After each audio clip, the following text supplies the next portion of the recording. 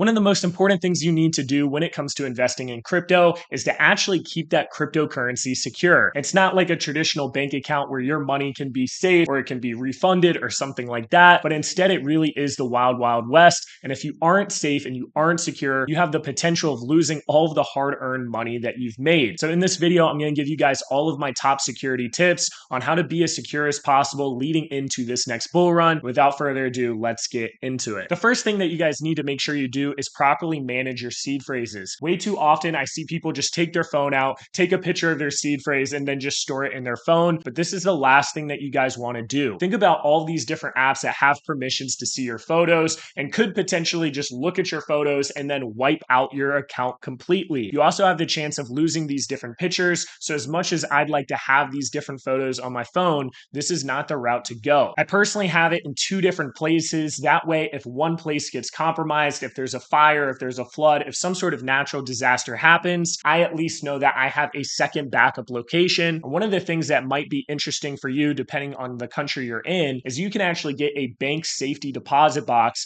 for relatively cheap, where now all of a sudden it's locked in an actual vault and you need to have a special key to get into there, as well as the banker needing that special key as well. So yeah, that's the first major thing. Don't just take a picture of it. Make sure you write it down, make sure you scramble it, and ideally have it in multiple locations. I also wanted to briefly mention that I know some people encrypt their seed phrases and store them on their computer or some sort of hard drive. Just be a little careful though, because if someone is able to get access or they're able to track your different key movements, stuff like that, they could always find a way around it. So that's why I actually like the written a lot more. The next thing that I want to bring up here is a hardware wallet. Now, if you don't know what a hardware wallet is, it's these little devices that force you to put in a PIN code in order to access your different cryptocurrency. So you need to physically be typing that in. Now, there's a couple different hardware wallets out there. The two biggest ones are Ledger as well as Trezor, and a lot of the different Chrome extension wallets out there, such as MetaMask, for example, can actually link this hardware wallet. And by needing this two-factor authentication in a way, and also needing to manually type it in, it can save you a lot of money from people that are trying to wallet drain your account. So I can't recommend getting a hardware wallet enough.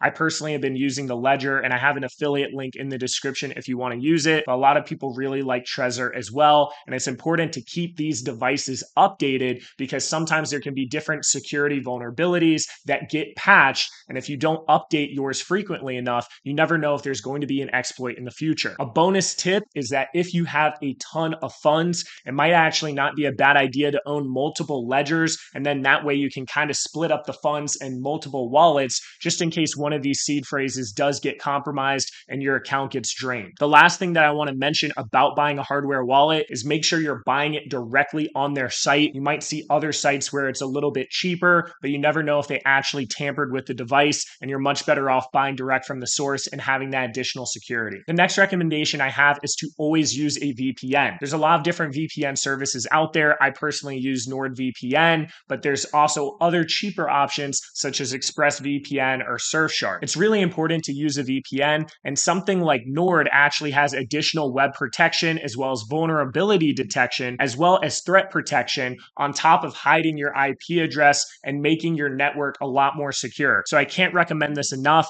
And if you're someone that's traveling or use public Wi-Fi a lot, just be very, very careful. Sometimes you can log into a public Wi-Fi that's actually a scammer one, and they can take all of your information. And then other times they can see all of your data and all the different things you're typing on these public networks. So ideally, don't use public Wi-Fi. You can always use a hotspot from your phone, but if you have to use public Wi-Fi, at least something like a VPN will increase your security drastically. The next major thing that I want to bring up here is not clicking on links, especially links that are sent to your email or different airdrop claim links or different free mint links, blah, blah, blah, blah, blah. A lot of these are different phishing scams. And if anything is ever asking you to log in or they need your seed phrase or something like that, please note that that's a scam. I actually saw some different scams going around recently where they sent you an email and said, hey, you need to log into your Indeed profile and update things. They logged in using their Gmail, and now all of a sudden that hacker could use that Gmail account from their computer, add in a Chrome extension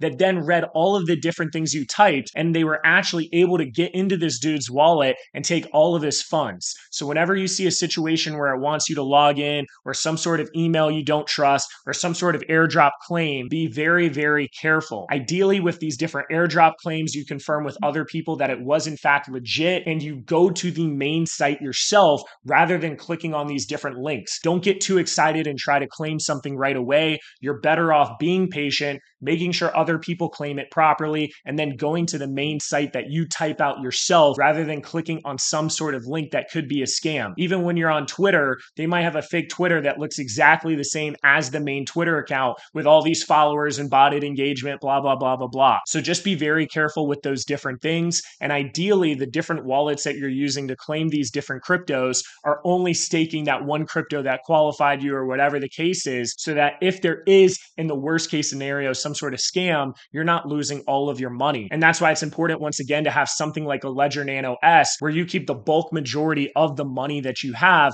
rather than keeping all of it on a hot wallet that isn't protected. Now, when it comes to wallets itself, I know a lot of people are on EVM and they've been using MetaMask for a long time, but I actually recommend downloading a different wallet for EVM, which is going to cover the vast majority of transactions you make, called Rabby.io. Now, I'll have my referral link in the description, but Rabby does a lot better of a job of tracking all of your different assets, as well as giving you different warnings and indicators if it notices anything sketchy. So I use Rabby a lot more. A lot of people like it because of that additional security. And as another important tip of something you can use, you can actually download Pocket Universe, which is another Chrome extension. Now I'll have the referral link once again in the description. And Pocket Universe actually warns you if it is a scam or if it's a wallet drain, and does additional checks. You never know when these different wallet drains will happen. And yes, something like Pocket Universe takes more time for your transaction to go through, but it's good to have that double check, because a lot of times we can sign something thinking it's just a transaction,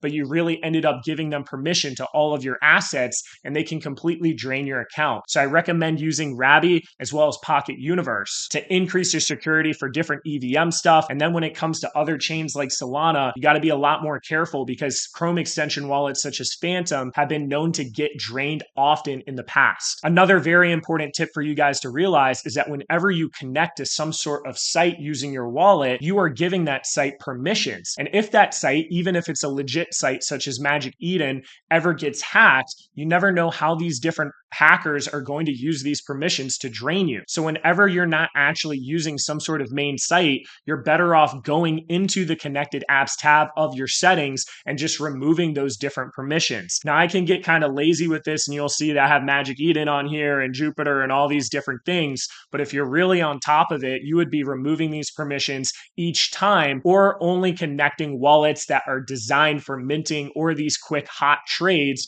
rather than your main wallets with all of your funds. There have been times in the past where something that was legit was connected, and then all of a sudden there was an exploit, and now they're able to drain all of these funds. So this is a very important tip to pay attention to. The last major point that I want to bring up about wallets is that it's important to separate your major holdings that are for a long-term hold with something that you're trying to mint quickly. You never know when these different mints can be scams and ask you for a crazy permission and drain all of your money. So when you're going for some sort of mint, or you're on some sort of site where you're not as confident that it isn't some sort of scam, then you're better off having separate wallets just for this minting process, where you can send some funds over for that one transaction and then just send those funds back. As far as some additional things here, I highly recommend not using the same password for all of your different sites and wallets. God forbid they have your one password, they access your computer somehow, and now they're able to drain all of your money. So ideally, you use different passwords for these things. And whenever you can have two-factor authentication, make sure you turn that on. Things like Google Authenticator can absolutely save you in these different situations.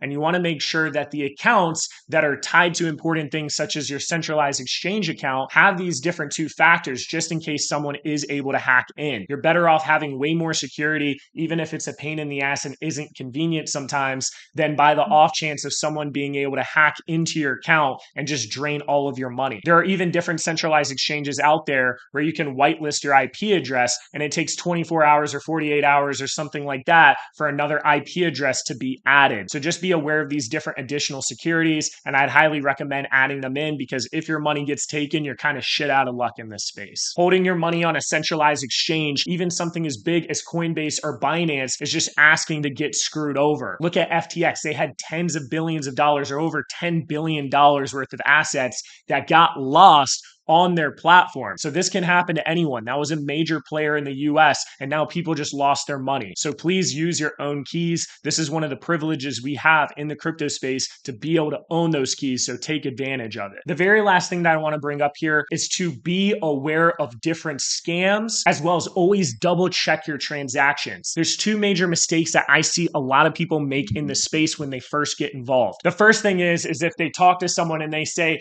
oh, I can 10 times your money, or I can get you 15% every month, or I could do this, or I could do that. A lot of times just realize when it sounds too good to be true, it oftentimes is. Never give your seed phrase to anyone, even if they're acting as some sort of support. Never just send money to someone when they're promising that they're going to make you more money, and always double check the different transactions you're making and make that a habit, because one of the major mistakes that a lot of people will make in the beginning, and I've even made in the past, is sending using the wrong chain. So for example, you might have money on the Ethereum chain, but then you're depositing or sending it to somewhere else that was actually on Binance Smart Chain. So it's very important, guys, to not just give seed phrases to people, to not just blatantly send out transactions, but instead really read that transaction, take your time with it, double check the numbers, double check the chain it's going on, and that's going to help save you a lot of money in the long run. It just takes one transaction of you not paying attention for you to lose a substantial amount of money. And just to give you guys a little side story,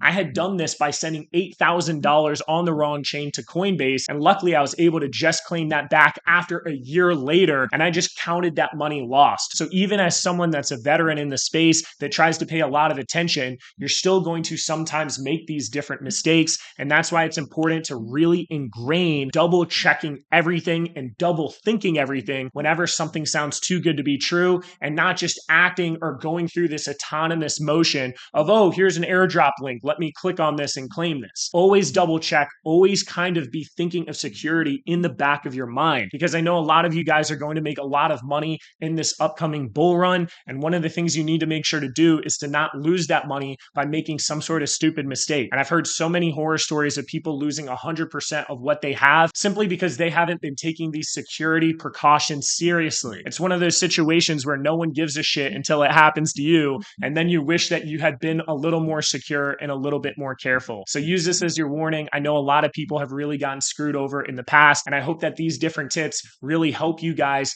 be as secure as possible. Things can always happen still, even when you're doing all these things, and that's why, once again, I think it's important to not have all of your money in one place. Never do it one transaction or one play or one claim all in one place. Really diversify where your assets are being held, and with these additional security tactics, maybe one of your wallets do end up getting compromised, or maybe one of your wallets do get drained, or maybe one of your transactions did get sent to the wrong place. But because your money is spread out between so many different areas, at least you didn't lose everything. But yeah, that wraps up this video. Once again, I'll have these different referral links in the description, and I hope this helped you guys. I'll catch y'all later.